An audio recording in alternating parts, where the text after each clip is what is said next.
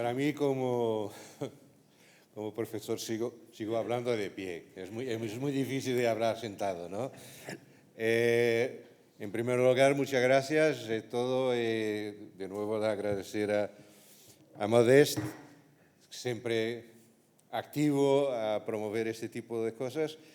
Tiene una gran ventaja para hablar el último, y así puedo ser un poco más simpático con Vanessa para evitar que tiene que hacer sus papelitos de todo. Es que mucha cosa ya ha sido hablada. Aquí es así.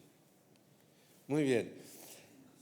Y sobre todo me voy a concentrar en la parte más de urbanismo, ¿no? Porque mucha gente ya ha hablado de la movilidad y a mí me parece que todos seguimos atrás de la movilidad, y cada vez más movilidad, y lo que hay que hacer es reducir la necesidad de movilidad. Bueno, hay una serie de lecciones que se puede retirar de lo que ha acontecido con COVID. Creo que una de ellas, que se habla menos, es esta aquí, ¿no? Que es que se transfirió la producción, se pasó todo en Asia, la logística, etcétera, y después, ¡pum!, se cayó. Y me recuerdo que en el inicio de la pandemia había falta de aparatos médicos, había falta de máscaras, había falta de todo porque se estaba produciendo en China y se estaba parado. Bueno, eso hay que pensar, porque si queremos reducir desplazamientos de mercancías y no solo de personas, tenemos también que retomar un otro tipo de proceso de industrialización. Esa es una de las cuestiones. La otra cosa que me parece que ha sido muy interesante es que se reencontró la vida de vecino, de un lado de solidaridad, porque los viejos no podían salir de casa, no podían comprar sus cosas, no saben trabajar en aparatos digitales para hacer encomiendas online, y se creó en los barrios de la ciudad de Lisboa, que es lo que lo conozco bien, pero en otras ciudades también, se siguió una forma de solidaridad organizada por la iglesia, organizada por la alcaldía, la freguesía, que es una alcaldía más pequeña, los distritos. Y eso es interesante porque se continuó después de COVID, ¿no? Se crearon redes sociales que son también muy importantes. El otro caso es clarísimo el impulso que el digital, lo trabajo a distancia, todo lo demás ha tenido.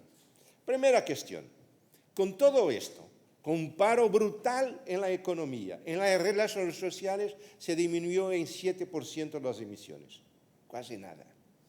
Quiere decir que el problema no es solo cómo nos movemos, pero el problema es cómo organizamos también nuestra vida social, nuestra vida económica, y es ahí que tenemos que trabajar. Otras cosas muy interesantes, ¿cuál es? Eso sigue lo que Francesc decía, la percepción de la seguridad. Curiosísimo, una encuesta que ha sido hecha en Lisboa, ¿dónde la gente tenía más miedo de ir? Fantástico. Al hospital, clarísimo, porque los hospitales estaban llenos de gente con COVID, pero primero al transporte colectivo. Ese es el miedo. Y eso ha sido tan importante que en este momento, con todas las quiebras que se han producido en el tránsito en Lisboa, que se ve aquí, brutal, la queda de los lockdown en Lisboa. Aquí también el transporte colectivo. ¿Cuál es el problema? El problema es que hoy el transporte colectivo sigue siendo unos 20-30% bajo de antes de la pandemia y el transporte individual ha crecido al nivel de la pandemia ya. Y mismo pasando. Quiere decir que la percepción de seguridad, la percepción de la ineficacia en el transporte colectivo se ha producido hasta después de la pandemia. Y eso que es importante. Otros casos interesantes que es lo mínimo de riesgo es utilizar el comercio y las oficinas locales del barrio. ¿Por qué? Porque es menos gente. Porque el señor que está atendiendo te conoce. Entonces te dice, espera un poquito porque está aquí alguna otra persona. Entonces, esto, por ejemplo, las grandes superficies comerciales ha sido final, cerrado, punto. La mercería de barrio, todo eso se ha retomado, se ha continuado a trabajar. Entonces se puede retirar todo un conjunto de lecciones sobre esto, no hay que continuar, todo el mundo sabe leer, entonces no me excuso de leer, será disponible después, pero lo que quería aquí llamar en particular, porque mi idea, que es algo que compartillo con Francesca Pérez en nuestras discusiones, es que el gran objetivo es, de facto, reducir necesidad de movilidad motorizada. Esa es la cuestión fundamental. Y por ahí tenemos algunas cosas con digital apoyado, que es muy importante, ¿no? Que ayudar a los más viejos a poder hacerlo también lo digital y cosas parecidas. 3 retos fundamentales: desplazamientos motorizados abajo, horas de pico aplanadas para que la necesidad de inversión en transporte colectivo en todo los tipos de datos se pueda hacer mucho menor para garantizar mejores condiciones de confort, de seguridad, de percepción de seguridad, de atractividad de transporte y después, claro, el transporte colectivo más. Algunas ideas que no son, y eso me gustó mucho a oír Sergi ayer cuando ha retomado Cerdá y su visión por la ciudad y la forma como las cuadras, los bloques lo hacía con equipamientos, con servicios, con comercio, etc. Porque nosotros en esta sociedad digital, en sociedad de comunicación, tenemos una necesidad brutal de ser innovadores cada vez que hablamos. Ese faz parte de nuestro ego, este faz parte de nuestra forma de comunicar. Pero es bonito y es sencillo de ser un poco más humilde y saber analizar la historia como llegamos hasta aquí, porque algunas cosas que han sido pensadas en el final del siglo XIX, principios del siglo XX, son hoy muy aplicables en nuestros entornos, en nuestras cosas. La gran diferencia es que hoy tenemos mecanismos de punto de vista de digital, de punto de vista de conocimiento tecnológico, mucho mejores que pueden avanzar enormemente. Entonces hay aquí un conjunto de cosas que me parece que es importante. Un trabajo de de nuestros colegas, de mí, de José y de Rui, ha desarrollado un parámetro para medir la atractividad de las calles para los peatones. Ha llamado a eso los SES, que tiene a ver con conectividad, tiene a ver con conveniencia en un sentido de accesibilidad de diferentes usos, tiene a ver con conforto, calidad de las calzadas, etcétera, la socialidad, horario extendido, que es algo muy importante en términos de percepción de seguridad, en términos de claridad, saber para dónde voy. Lo peor que hay para un peatón es su dificultad en construir su mapa mental de la ciudad. A partir del momento que construye su mapa mental, se siente seguro, se puede caminar. Cuando no lo hace, no es el design solo que es importante, es mucho más que eso, es puntos significativos de la ciudad que me permiten orientarme dentro de la ciudad. Puntos de referencia, la coexistencia, el compromiso. Él lo había demostrado, porque hoy en día, si no tenemos un buen aparato matemático, es muy difícil convencer el decisor político. Entonces, aquí se demuestra que sí, un R cuadrado más o menos bueno, que muestra que estos tipos de factores que son de calidad para se mover a pie, corresponde mayor número de peatones. Es eso que habíamos comenzado a intentar hacer en Lisboa. Quiere decir, rutas continuas, agradables, retomar la idea de boulevard, con los árboles, etcétera, con la convivialidad, lo que llamamos las fachadas activas, quiere decir, fachadas que abren a la rúa, que tienen vitrinas, ¿no? Para poder ver lo que se está pasando al interior, algunas experiencias exitosas que conocen Lisboa lo saben bien, y después retomar la noción, el concepto de unidad de barrio, que es una cosa que ha sido inventada en 1898 para Ebenezer Howard con su ciudad jardín, que decía, mi ciudad jardín es una ciudad que se percurre a pie. Este es el punto fundamental, y que tiene todo lo que es necesario a la vida cotidiana a una distancia a pie. Y si quiero más algo, podría ir hacia la aglomeración conectadas por el ferrocarril, que era el modo de transporte de masas más importante. El ferrocarril podría llegar en sus estudios a 300.000 habitantes. Muy buena ciudad. Ciudad de 300.000 habitantes es una ciudad muy buena. Y ya permite tener equipos de nivel superior, etcétera, etcétera, etcétera. Entonces, esa es la cuestión fundamental que ha sido aplicada a primera vez en Redmond por Henry White en los Estados Unidos. Sigue siendo una área atractiva. Y que lo que es importante es esto, es de retomar lo que se había pasado en el inicio del siglo y antes sobre el espacio público como un espacio de accesibilidad. Esta imagen lo muestro siempre a mis alumnos, que es el inicio de la gran avenida de Lisboa, en que la demarcación de las zonas de aceras para los peatones no es para decir que es solo los espacios de peatones, es para decir al contrario. Espacio de peatones es todo.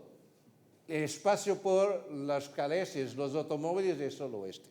Es esta noción que es necesario recuperar. Claro que es imposible hacerlo en las grandes avenidas, pero lo es posible hacerlo en los espacios más internos, más interiores.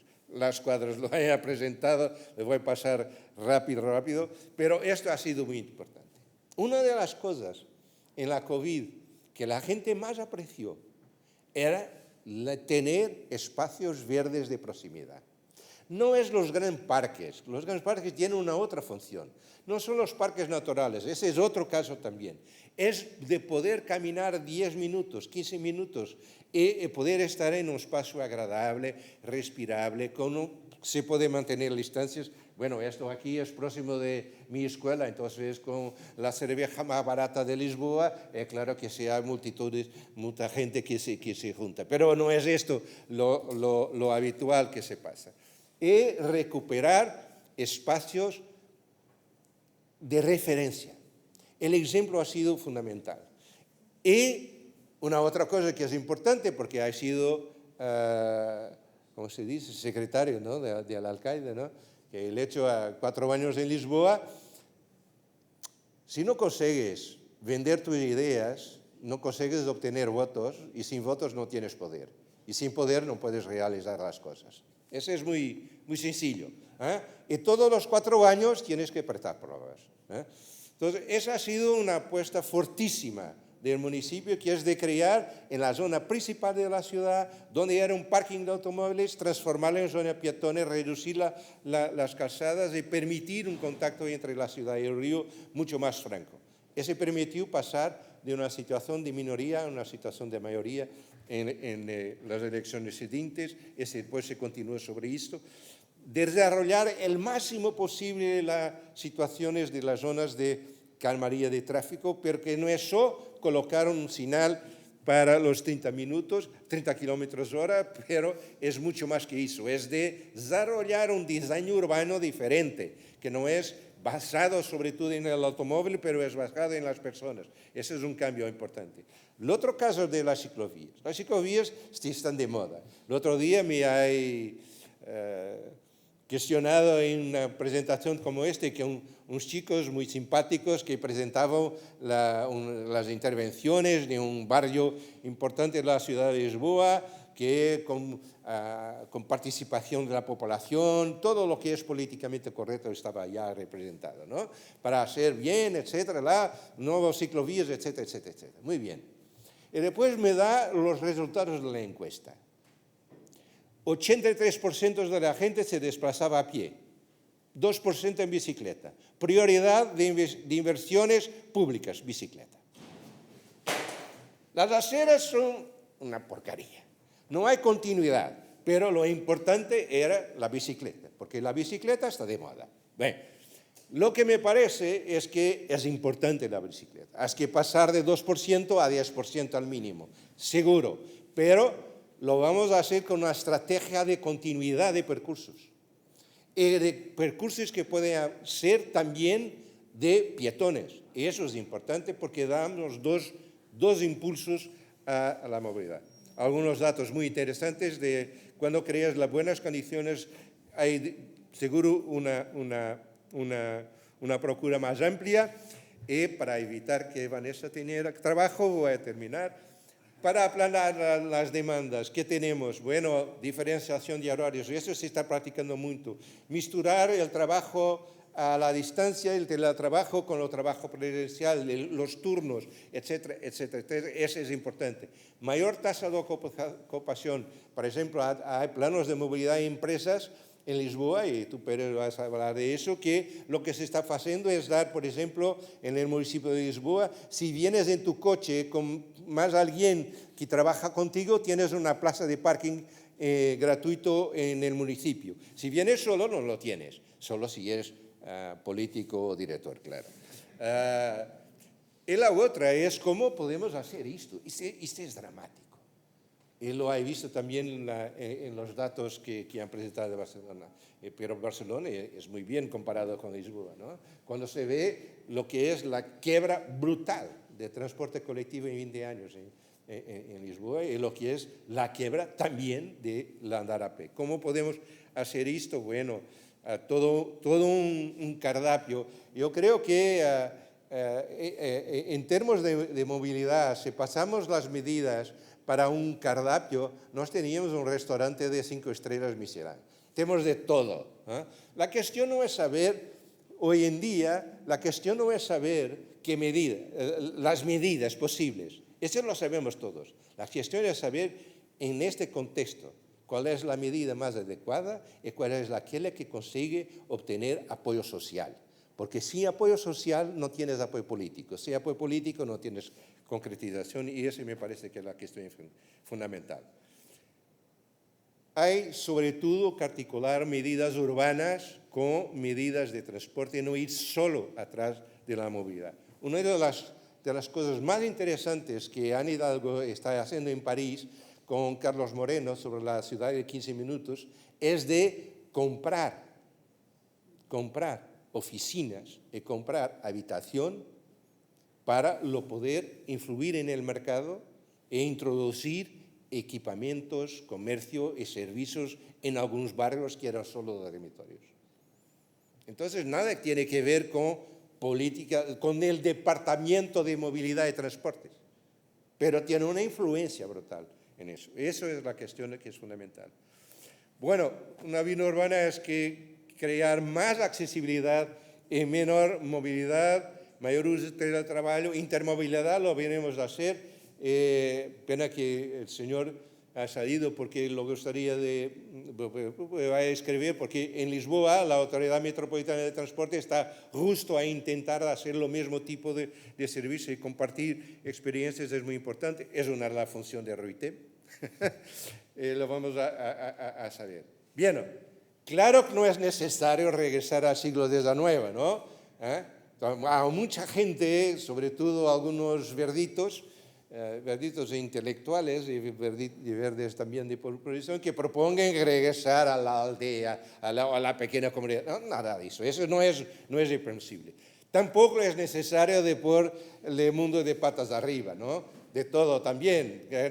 La historia de la humanidad se muestra que hay roturas, sí, pero la continuidad a partir de las roturas progresivas es mucho más interesante. Pero seguramente es necesario y fundamental aprender con la praxis y las experiencias de todas, ser innovador y pragmática al mismo tiempo, eso es importante, y sobre todo saber escuchar y movilizar. Muchas gracias.